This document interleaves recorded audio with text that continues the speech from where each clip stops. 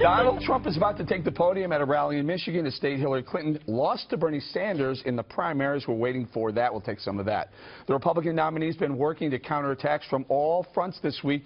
He has a lot of powerful enemies looking to take him down. The Clintons, the mainstream media, even the UN, that body's official news service, actually put out a tweet calling on millions of Americans abroad not to vote for Trump.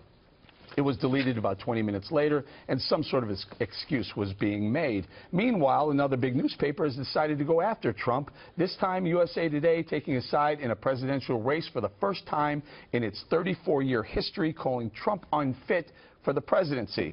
He, of course, won't be taking that to heart. He never trusted the media anyway.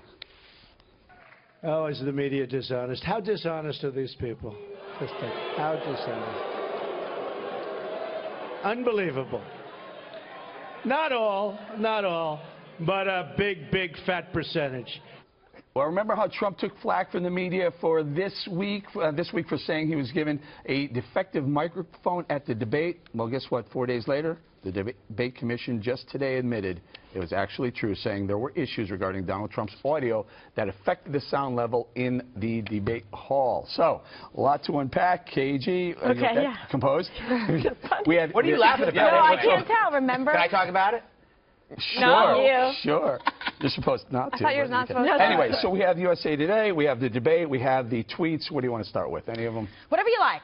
All right, let's start with the USA Let's Today. lead off. USA Today is saying in the first time in their 34-year history they were going to recommend not voting for somebody. Okay. Well, I mean, look, that's what this country is founded on. First Amendment principles, people being able to give their voice, their opinion, to say they want to support a candidate, to say they would not like to support a candidate. You know, so you're going to see this happen, but then, of course, you see with Trump, he's going to hit them back and say, ha-ha, and now you're going to lose subscribers. So this is the way the cycle works, that it's a free market, and people can choose to buy, to subscribe, or not, based on their ideology or political persuasion, and maybe sometimes those things pass because you may actually miss the paper. All right, Juan, can I stay on that with you for a little bit? I noticed that the USA Today is Gannett Publishing, right? Yes, sir. Same with the Arizona Republic, the one that also said that they recommend Hillary. I think they went so far as saying they recommend Hillary for the first time, or a Democrat. Any link there? Publishing? No. Parent company says we're against it? No. I think they all have independent editorial boards. I think the key here is you have people increasingly saying, you know what, Trump has a chance to win, and we think he's a danger to the country. And so I think people are speaking from principle, and you see it now across political lines. People who are conservatives as well as people who are liberals saying this. And the news this week has been the number of conservative editorial boards who are willing to stand up and say, you know what, we know that there are folks who are big Trump fans who may cancel on us or whatever, but we are not going to stand by at this moment in history and allow the country to fall into the hands of a demagogue. Now, what's interesting to me is Trump this morning goes on a Twitter storm, and he's back into the fat fight, right, with the Miss Universe.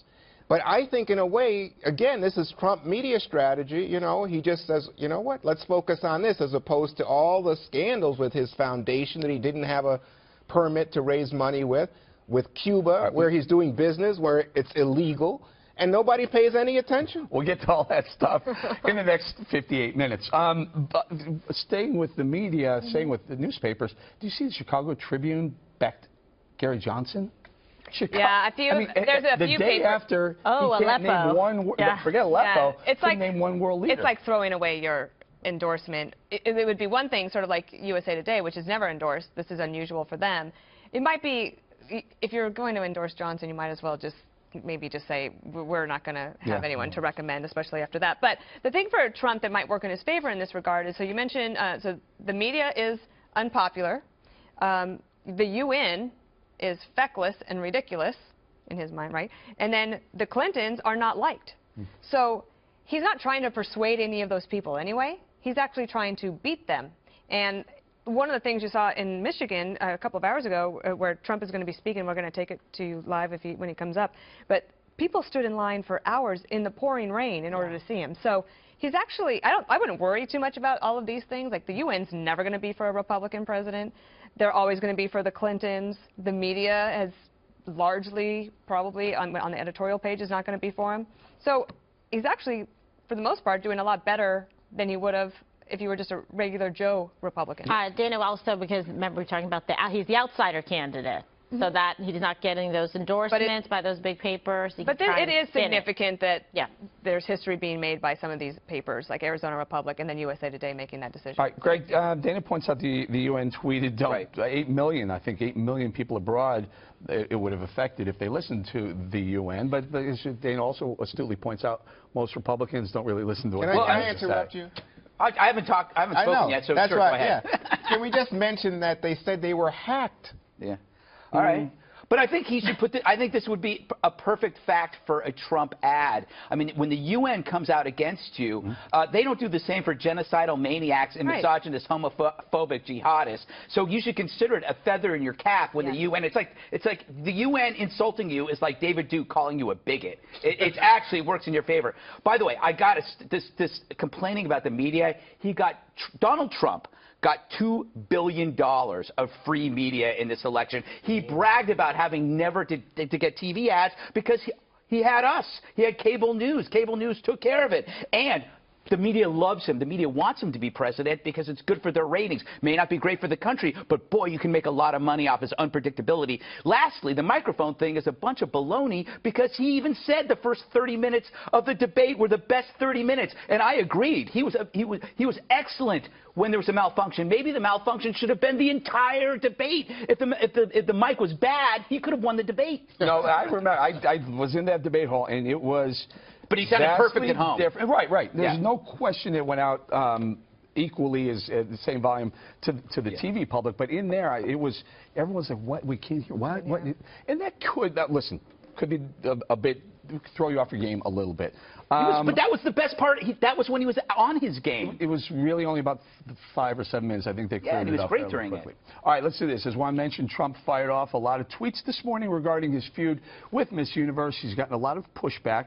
This afternoon, he put out another tweet to hit back. He says, quote, "For those few people knocking me for tweeting at 3 o'clock in the morning, at least you know I'll be there awake to answer the call." And that's a clever response referring to Clinton's missed 3 a.m. call from Benghazi. So, Juan? Well, I don't know what to say. I mean, it's like, wow. You think that the guy made a mistake by getting into this. I think we've all said, and I think even you, that he fell into a trap, that she set him up, Hillary Clinton, when she had Miss Universe in the audience. I said Lester Holt set him up. Well, I don't think Lester Holt had Miss Universe in the audience. I'm just telling you what I said. Okay. No, I thought, okay, but I mean, we agree. It looked like Hillary Clinton really put a trap there and said, go ahead, step right in the hole, Donald Trump, and he stepped in the hole. Then afterwards, even as people were debating how he'd done during the debate, he went off on this riff about women who are really a difficult group for him as voters anyway, and now he continues. I mean, to me, I don't understand, but it seems like he can't control. And doesn't he sleep, Eric? 3 o'clock in the morning? Hey, don't hate on people that don't sleep. I like it. I can have something to do. Read Has anyone ever tweeted anything that they were happy about at 3 o'clock in the morning? No. Nothing good happens after midnight. It's like the Chris Rock line about if you're going to the ATM at 1 a.m., it's for bad things. And there's no good tweet at 3. But this goes back to the fact we mentioned all of his enemies, the media, the UN, USA Today, and all this. His biggest enemy is himself. If he just gets out of the way of himself, you know, Hillary set this thing up. They had the ads ready. They had the conference call. They knew through the psych ops that they had done that this is what was going to set him off, and it did. And it's like I said it before. He has a weight problem. He just can't wait it out. If he just ignored this stuff, it would have been great. But he can't. Twitter is his safety zone. And if you really like Trump, you shouldn't enable him. You know, his biggest supporters should be telling him, lay off. Well, and they had for quite a while. Yeah. I don't know, maybe last night he snuck into wherever they were hiding the black Apple He's got a backup phone. He's a burner. They You had a really burner should phone. make him put the phones and the laptops in a box and lock it. I liked how John until 6 in the morning. Podesta, the Clinton campaign chairman, he said, I'm often up that time. They're the same age. He said, I'm often up that time of night, but as well. For other reasons. But don't pick up the phone when you have to go. KG? Maybe they ordered one of those Hillary Clinton special Blackberries. He got one off of eBay. He's hiding it. All right. Maybe. Okay. Very good, perhaps.